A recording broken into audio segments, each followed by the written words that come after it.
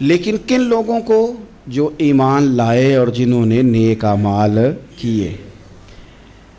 کچھ نہ کچھ انسان کو نا عمل کرنا چاہیے۔ وہ جو عمل ہے نا، کوئی بندہ اپنے عملوں سے جنت میں نہیں جائے گا، جنت میں خدا کے فضل سے جائے گا، لیکن یہ جو اعمال ہیں نا، یہ سبب بنیں گے اللہ کی رحمت کا، یہ ذریعہ بنیں گے خدا کے کرم کے متوجہ ہونے کا۔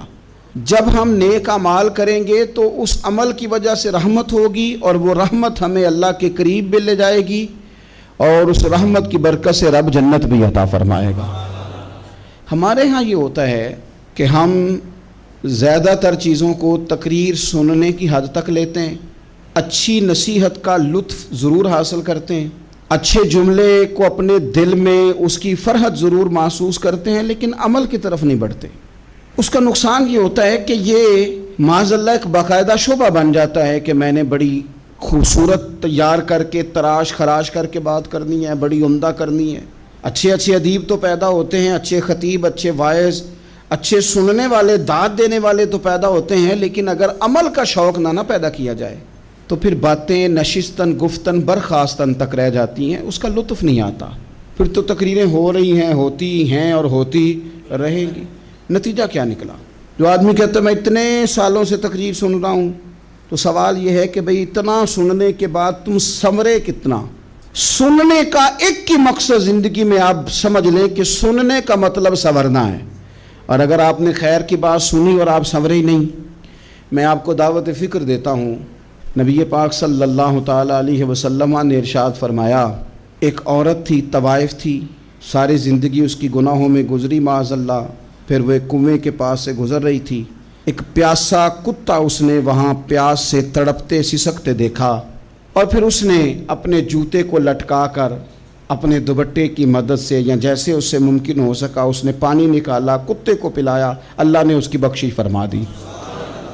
آپ ماشاءاللہ ہزاروں میں لوگ ہیں، آپ نے بڑی جلدی مجھے یہ بتانا ہے، یہ حدیث آپ نے پہلے بھی سنی ہوئی ہے نا؟ میرا خیال ہے کوئی بندہ نہیں رہا جس نے نہ سنی ہو، سنی ہوئی ہے نا ہم نے الحمدللہ۔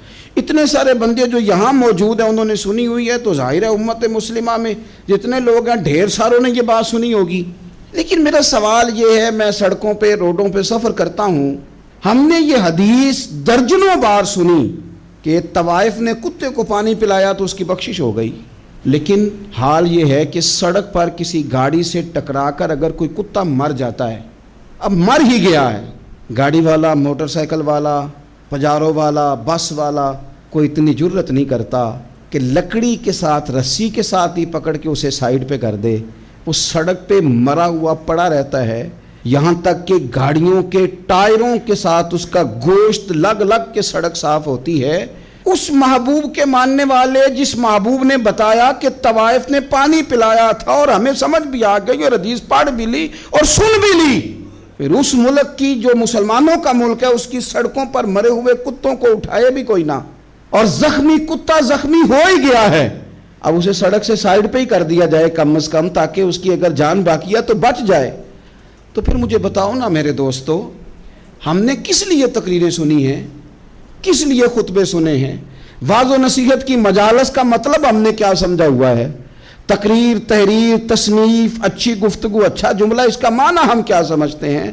تو آج جو خوبصورت گھڑیاں شب برات کی صورت میں ہمیں نصیب ہونے جا رہی ہیں، اس سے پہلے اپنے دل میں یہ ارادہ کرو کہ رب کریم نے ہمیں جتنا دین کا فہم دیا ہے، سمجھ دی ہے، علم دیا ہے، ہم ارادہ کرتے ہیں اب ہم صرف سنیں گے نہیں، پڑھیں گے نہیں، صرف بیان ہی نہیں کریں گے، ہم عمل بھی کریں گے۔ کوئی تھوڑا سا نا عمل کا رستہ بھی تو میرے عزیز ہونا چاہیے۔ اب مطلب بہت ساری جگہوں پہ جانے کا موقع ملتا ہے تو لوگ کہتے ہیں پیر صاحب ناراض نہ ہونا، ہم نے بڑا بندوبست کیا ہوا ہے، تقریر ذرا نہ سوا کو گھنٹہ کرنا۔ تو میں کہتا ہوں مثلاً آپ مجھے بتائیں نا، سوا گھنٹہ تقریر کرا کے آپ نے کیا کرنا ہے؟ اگر تو آپ نے اس لیے بلایا ہے کہ جناب ایک بات سنیں گے، ایک واعظ ہوگا، سر دھنیں گے، تو وہ تو مجھے آتا ہی نہیں، تو میں تو مختصر بات کروں گا اور اتنی کروں گا جس کی ضرورت محسوس کروں گا۔ لمبی چوڑی تقریروں کا کیا مطلب ہے؟ ہم کیا چاہتے ہیں سوائے اس کے کہ جناب بات بڑی اچھی کانوں کو لگ رہی ہے، مزہ بڑا آ رہا ہے، تو آپ نے لیا کیا؟ نتیجہ کیا نکلا؟ میرے رسول پاک علیہ السلام کے صحابہ جو حضور سے نصیحتیں لیتے تھے وہ کیسی تھی؟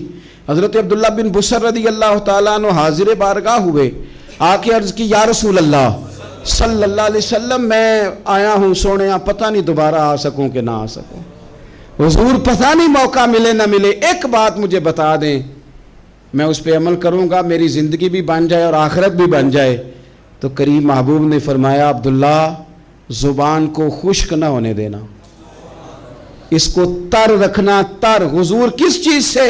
فرمایا اللہ کے ذکر سے تر رکھنا، زبان اللہ کے ذکر سے تر رہے، ہر وقت رب کی یاد رہے، تیری دنیا بھی بن جائے گی اور آخرت بھی بن جائے گی۔